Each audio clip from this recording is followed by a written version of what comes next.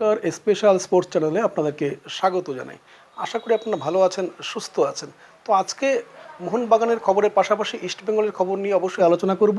কিন্তু এগুলো শুরু করার আগে আপনাদের যেটা সচরাচর বলে থাকি সেটা আরেকবার বলছি, প্লিজ প্লিজ যারা চ্যানেলটি নিয়মিত দেখছেন কিন্তু এখনও পর্যন্ত সাবস্ক্রাইব করেননি, প্লিজ চ্যানেলটি সাবস্ক্রাইব করুন। এবং যারা এই মুহূর্তে নতুন দেখছেন তাদের বলছি, এই ধরনের ভিডিও পেতে এখনই চ্যানেলটি সাবস্ক্রাইব করে রাখুন এবং বেল আইকনের ঘন্টাটা অন করে রাখুন, যাতে সবার আগে আপনাদের কাছে ভিডিওটি গিয়ে পৌঁছয়। তো দেখতে থাকুন আজকের ভিডিওটি। গতকালই আপনাদের জানিয়েছিলাম যে এটিকের হাত ধরে মোহনবাগান চলে গেল আইএসএলে।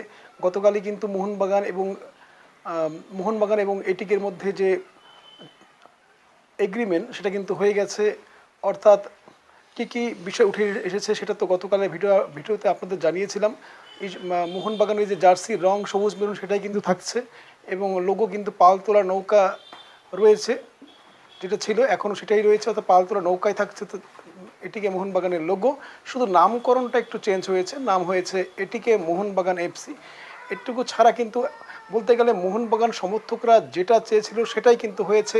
অর্থাৎ তারা চায়নি তাদের জার্সি রং পাল্টাক, সেটা কিন্তু জার্সি অক্ষুণ্ণ রাখা হয়েছে এবং লোগো যাতে পালতোলা নৌকা, যেটার সঙ্গে শতবর্ষের মানে বেশি সময় ধরে মোহনবাগান সমর্থকরা জড়িত, সেই পালতোলা নৌকাকে কিন্তু এটিকে মোহনবাগানের লোগো রাখা হয়েছে, যার জন্য মোহনবাগান সমর্থকরা কিন্তু উচ্ছ্বাসিত। কারণ নামকরণটা এটিকে প্রথম বসেছে বলে তাদের কোনো মন খারাপ নেই, কেননা এর আগে ম্যাকডোয়েলের নাম প্রথমে বসেছিল। সুতরাং যারা মোহনবাগানের 80% শেয়ার কিনে নিয়েছে, যারা বছরে 40 কোটি টাকা খরচ করবে তাদের নাম আগে বসবে, সেটাই স্বাভাবিক। এটা সাপোর্টাররা মেনে নিয়েছেন। তাদের প্রশ্ন ছিল যে লোগো থাকবে তো, বা জার্সির রং সবুজ বরণ থাকবে তো, সেটা কিন্তু সেই জার্সির রং একই থাকছে, লোগো একই থাকছে। ফলে কিন্তু মোহনবাগান সমর্থকরা প্রচণ্ড খুশি। বিভিন্ন সাক্ষাৎকারে মোহনবাগান সমর্থকরা কিন্তু সেটা জানিয়েছেন। এদিকে মোহনবাগানের আইএসএলে যোগদানের জন্য খুব খুশি হয়েছেন নীতা আম্বানি।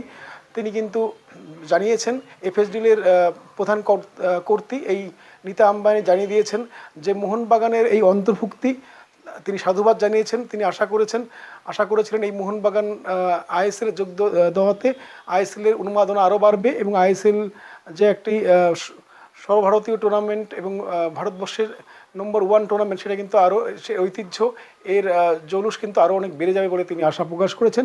পাশাপাশি আমরা জানতে পেরেছি বেঙ্গালুরু এফসির মালিক পার্থ জিন্দাল তিনিও কিন্তু মোহনবাগানের এই আইএসএল অন্তর্ভুক্তিকে সাধুবাদ জানিয়েছেন। পার্থ জিন্দাল বলেছেন যে যখন থেকে মোহনবাগান ইস্টবেঙ্গলের বিরুদ্ধে তিনি খেলছেন না, যখন তারা আইএসএল যোগদান করেছেন, যখন ইস্টবেঙ্গল মোহনবাগানের মতো টিম আই লিগে খেলছে, তখন কিন্তু তিনি খুব মিস করতেন এই দুটি ক্লাবকে। তিনি জানিয়েছেন যে যখন মোহনবাগানের সঙ্গে বেঙ্গালুরু এফসি দেখা হতো আই লিগে, সেই সময় যে ধরনের উন্মাদনা সৃষ্টি হতো বেঙ্গালুরুতে, কলকাতাতে, সেই উন্মাদনাকে তিনি মিস করতেন। তিনি চাইতেন যে কলকাতার এই দুটি ক্লাব আইএসএল আসুক, তাহলে যে আইএসএলের যে 16 আনা কিন্তু পূর্ণ হবে। আইএসএল যদিও দেশের 1 নম্বর টুর্নামেন্ট, কিন্তু ইস্টবেঙ্গল মোহনবাগান ছাড়া কিন্তু এর জৌলুস কিন্তু অনেকটাই কমে গিয়েছিল।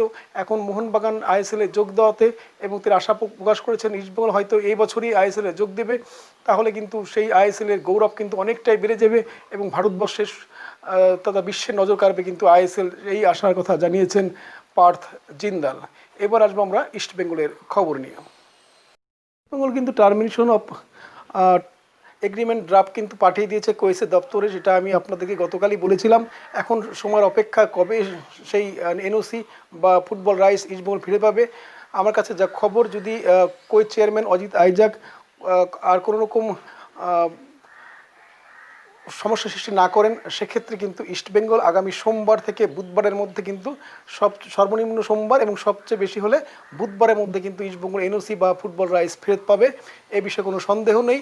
এটা সব কিছু নির্ভর করছে এখন অজিত আইজাকের উপর। আইজাক কিন্তু আশা করা যায় তিনি কোনো সমস্যা সৃষ্টি করবেন না। তিনি কিন্তু ইস্টবেঙ্গলকে এনওসি বা ফুটবল রাইটস ফেরত দেবেন এবং সেটা সম্ভবত সোমবার পেতে পারে ইস্টবেঙ্গল ক্লাব, অথবা বুধবারের মধ্যে কিন্তু অবশ্যই পাবে। এটুকু কিন্তু খবর এই মুহূর্তে বেরিয়ে আসছে। পাশাপাশি ইস্টবেঙ্গল কিন্তু বসে নেই, তারা যেহেতু আইএসএল খেলবে তার জন্য কিন্তু তারা বিভিন্ন স্পন্সরের সঙ্গে কথা বলছে। আমার কাছে যা খবর এসেছে এই মুহূর্তে আপনাদের সঙ্গে সেটা শেয়ার করা উচিত বলে মনে করছি। শোনা যাচ্ছে যে ইস্টবেঙ্গল ক্লাব তাদের ব্যক্তিগত রিলেশনকে কাজে লাগিয়ে, বিশেষ করে ইস্টবেঙ্গলের সভাপতি প্রণব দাশগুপ্তের সঙ্গে কিন্তু হর্ষবর্ধন নেইটের একটা আহ, ব্যবসায়িক রিলেশন রয়েছে, সেই হর্ষবর্ধন নেইটির সঙ্গে কিন্তু সেই রিলেশনকে কাজে লাগিয়ে প্রণব দাশগুপ্ত কিন্তু পাই হর্ষবর্ধন নেইটিয়া গোষ্ঠীকে ইস্টবেঙ্গলের মূল স্পন্সর হওয়ার জন্য পাই রেডি করেছেন বলে মনে করা হচ্ছে। অর্থাৎ হর্ষবর্ধন নেইটিয়া কিন্তু প্রথমে বলেছিল 6 থেকে 7 কোটি টাকা দিয়ে তারা ইস্টবেঙ্গলের কো স্পন্সর হবে, কিন্তু এখন যেটা শোনা যাচ্ছে যে হর্ষবর্ধন নেইটিয়া কিন্তু ইস্টবেঙ্গলের মূল স্পন্সর হওয়ার সম্ভাবনা সব থেকে বেশি। কেননা হর্ষবর্ধন নেইটিয়া কিছুদিন আগেও কিন্তু এটিকে সঙ্গে জড়িত ছিল, কিন্তু ক বছর হলো তিনি এই মুহূর্তে ফুটবল থেকে দূরে সরে রয়েছেন, কিন্তু তিনি ফুটবলের মূল স্রোতে ফিরতে চান এবং ইস্টবেঙ্গলের মতো একটা বড় ক্লাবের স্পন্সর হলে যে সেটা সম্ভব সেই ব্যাপারটাকে তিনি উপলব্ধি করেছেন এবং শোনা যাচ্ছে ইস্টবেঙ্গলের অন্যতম মূল স্পন্সর হচ্ছেন এই হর্ষবর্ধন নেইটিয়ার কোম্পানি। পাশাপাশি ইস্টবেঙ্গলের শীর্ষকর্তা দেবব্রত সরকারের সঙ্গে কিন্তু অম্বুজা সিমেন্টের একটা কোম্পানির সঙ্গে একটা গুড রিলেশন রয়েছে, ব্যবসায়িক রিলেশন রয়েছে। সেই রিলেশনকে কাজে লাগিয়ে কিন্তু শোনা যাচ্ছে অম্বুজা কোম্পানিকেও কিন্তু ইস্টবেঙ্গল কর্তারা কনফার্ম করে নিয়েছে তাদের স্পন্সর হিসাবে। এখন দেখার তারা ইস্টবেঙ্গলের মূল স্পন্সর হয় নাকি কো স্পন্সর, সেটা কিন্তু আগামী কয়েকদিনের মধ্যেই স্পষ্ট হয়ে উঠবে। কিন্তু অম্বুজা সিমেন্ট যে ইস্টবেঙ্গলের স্পন্সর হচ্ছে এ ব্যাপারে কোনো সন্দেহ নেই। এটা সম্ভব হয়েছে ইস্টবেঙ্গলের শীর্ষকর্তা দেবব্রত সরকারের উদ্যোগে। পাশাপাশি আমরা জানতে পেরেছি ইস্টবেঙ্গলকে স্পন্সর করতে আরও বেশ কয়েকটি কোম্পানি এগিয়ে আসছে। শোনা যাচ্ছে বন্ধন ব্যাংক, হ্যাঁ যেটা বন্ধুরা বন্ধন ব্যাংক কিন্তু ইস্টবেঙ্গলের স্পন্সর হচ্ছে, এটা কিন্তু এই মুহূর্তে খবর বেরিয়ে আসছে। বন্ধন ব্যাংক কিন্তু ইস্টবেঙ্গলের কো স্পন্সর হতে পারে বলে শোনা যাচ্ছে, কারণ বন্ধন ব্যাংকের সঙ্গে ইস্টবেঙ্গল কর্তাদের কিন্তু কথাবার্তা অনেক দূর এগিয়ে গেছে এবং বন্ধন ব্যাংকও ইস্টবেঙ্গলের মতো একটা জনপ্রিয় ক্লাবের স্পন্সর হওয়ার জন্য এগিয়ে এসেছে বলে এই মুহূর্তে বড় খবর। তাছাড়া এফএমসিজি কোম্পানির সঙ্গে কিন্তু ইস্টবেঙ্গল কর্তাদের কথাবার্তা চলছে, অর্থাৎ ফাস্ট মুভিং কনজিউমার গুডস এই কোম্পানিটির সঙ্গেও কিন্তু ইস্টবেঙ্গলের কথাবার্তা অনেক দূর এগিয়ে গেছে। এরাও ইস্টবেঙ্গলের মূল স্পন্সর হতে পারে বলে শোনা যাচ্ছে। পাশাপাশি আইটিসি একটি কোম্পানির সঙ্গেও কিন্তু ইস্টবেঙ্গলের কর্তাদের কথাবার্তা চলছে, সেই আইটিসি কোম্পানিও ইস্টবেঙ্গলের কো স্পন্সর হতে পারে বা মূল স্পন্সর হতে পারে, সেটা কিন্তু আগামীতে আমরা জানতে পারবো। কিন্তু আইটিসি কোম্পানি যে ইস্টবেঙ্গলের স্পন্সর হচ্ছে সেটা নিয়ে কোনো সন্দেহ নেই। পাশাপাশি যে স্পন্সরটি ইতিমধ্যে চূড়ান্ত হয়ে গেছে সেটি হচ্ছে কো স্পন্সর হিসাবে, সেটা হচ্ছে ইস্টবেঙ্গলের আগের স্পন্সর, যেটা আমরা আগেই বলেছিলাম যে কিংফিশার কিন্তু ইস্টবেঙ্গলের কো স্পন্সর হওয়ার জন্য ইতিমধ্যে আগ্রহ প্রকাশ করেছে এবং শোনা যাচ্ছে যে কিংফিশার ইস্টবেঙ্গলের কো স্পন্সর হচ্ছেন। অর্থাৎ ইস্টবেঙ্গল যে মাল্টি স্পন্সর নিয়ে আগামীতে আইএসএল খেলবে সে ব্যাপারে কোনো সন্দেহ নেই। ইস্টবেঙ্গল কিন্তু বেশ কয়েকটি কোম্পানির সঙ্গে কথাবার্তা চূড়ান্ত করে ফেলেছে। আগামী সপ্তাহের শেষের দিকে সম্ভবত ইস্টবেঙ্গল কিন্তু তাদের স্পন্সরের নাম ঘোষণা করতে পারে বলে মনে করা হচ্ছে। তো এই প্রসঙ্গে বলে রাখি যে দুটি কোম্পানি ইস্টবেঙ্গলের মূল স্পন্সর হবে এবং বাকি কোম্পানিগুলো কিন্তু ইস্টবেঙ্গলের কো স্পন্সর বা অ্যাসোসিয়েট স্পন্সর হবে বলে মনে করা হচ্ছে। এই কোম্পানিগুলি সম্মিলিত হবে কিন্তু ইস্টবেঙ্গলের সম্পূর্ণ দায়িত্ব, অর্থাৎ ইস্টবেঙ্গলের ফাইন্যান্সিয়াল সম্পূর্ণ রেসপন্সিবিলিটি কিন্তু এরা বহন করবে বা বিয়ার করবে। এরা ইস্টবেঙ্গলের শুধু ফুটবল দল নয়, ক্রিকেট দল, ইনফ্রাস্ট্রাকচার, ইস্টবেঙ্গলের ক্লাবের যে মাসিক খরচ সব খরচে কিন্তু এই কোম্পানিগুলো বিয়ার করে বলে শোনা যাচ্ছে। অর্থাৎ ইস্টবেঙ্গল যে একটা ভালো স্পন্সর পেয়ে যাচ্ছে মাল্টি স্পন্সর, সেটা নিয়ে কোনো সন্দেহ নেই এবং এই স্পন্সরের নাম ঘোষণা করার পাশাপাশি ইস্টবেঙ্গল কিন্তু কোচ এবং বিদেশি ফুটবলার দিকেও হাত বাড়াবে বলে শোনা যাচ্ছে। এই প্রসঙ্গে বলে রাখি ইস্টবেঙ্গল কিন্তু ইতিমধ্যে বেশ কিছু এজেন্টের সঙ্গে কথা বলছে, যদিও এখনও পর্যন্ত কোনো ফুটবলের নাম এখনও বেরিয়ে আসেনি, কিন্তু আগামী সপ্তাহের মধ্যে কিন্তু অনেক ফুটবলের নাম বেরিয়ে আসবে, সেই সময় কিন্তু আপনাদের সেই নামগুলো বলবো।